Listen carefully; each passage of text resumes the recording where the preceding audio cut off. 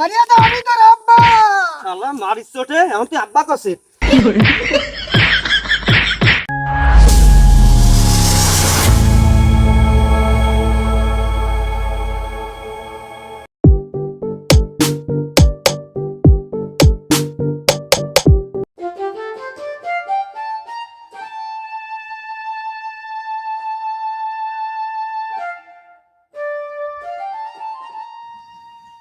আসসালামু আলাইকুম চাচা। বাইস্তে টিকটক কেমন চলতেছে গো? জি চাচা, আলহামদুলিল্লাহ ভালোই চলতেছে। কিন্তু চাচা আমি তো আপনাকে সালাম দিছি। তোমাদের মুখের সালাম বাবু টিকটকই মনে হয়। সি সি চাচা, এগুলা কি বলতেছেন?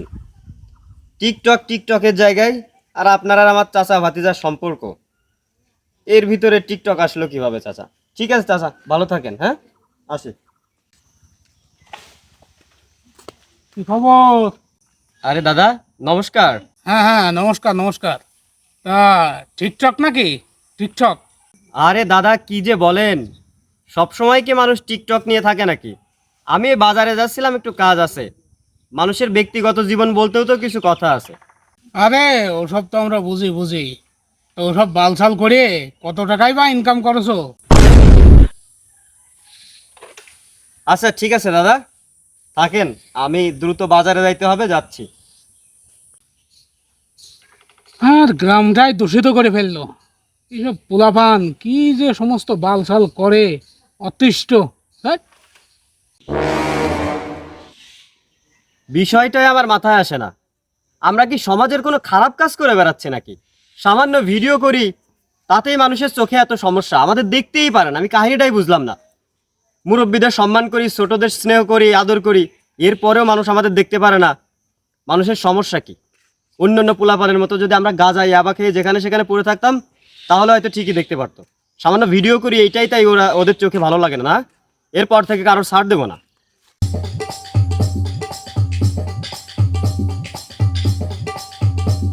কিরে, এই সামান্য মাল বানা দিতে ওর এতক্ষণ লাগে? ও শালা, মাল তো তুমি কেন নেই? মাল তো কিনেছি আমি। মাল কোনো জায়গায় পাওয়া যাচ্ছে না, যেটুক পাইছি এইটুকুই ভালো মতন বানাতে হবে, যাতে 1 ফুট মাটিতে না পড়ে। আরে তুই না গাবে তাড়াতাড়ি বানা।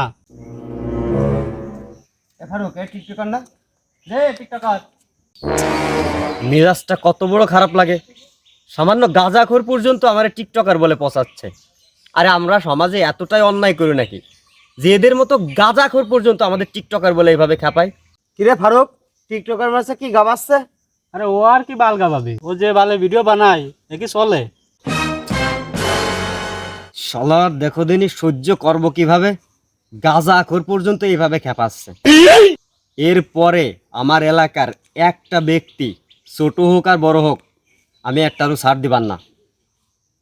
অন্যায় করবি তারা, সামান্য টিকটক করি বলে দেখো দিন রাস্তায় এলাকায় কোথাও হাঁটা চলার কায়দা নেই। এবার ভাঙিয়ে ছিঁড়ে ফেলবো যেটা কবি। টিকটক করে এলাকার মুখ উজ্জ্বল করে ফেলতেছে। চলো সাউল নরমাইছি, চলো সাউল একটা কাজাও পাওয়া যায় না, খালি সারাদিন টই টই টই টই করে বেড়াই।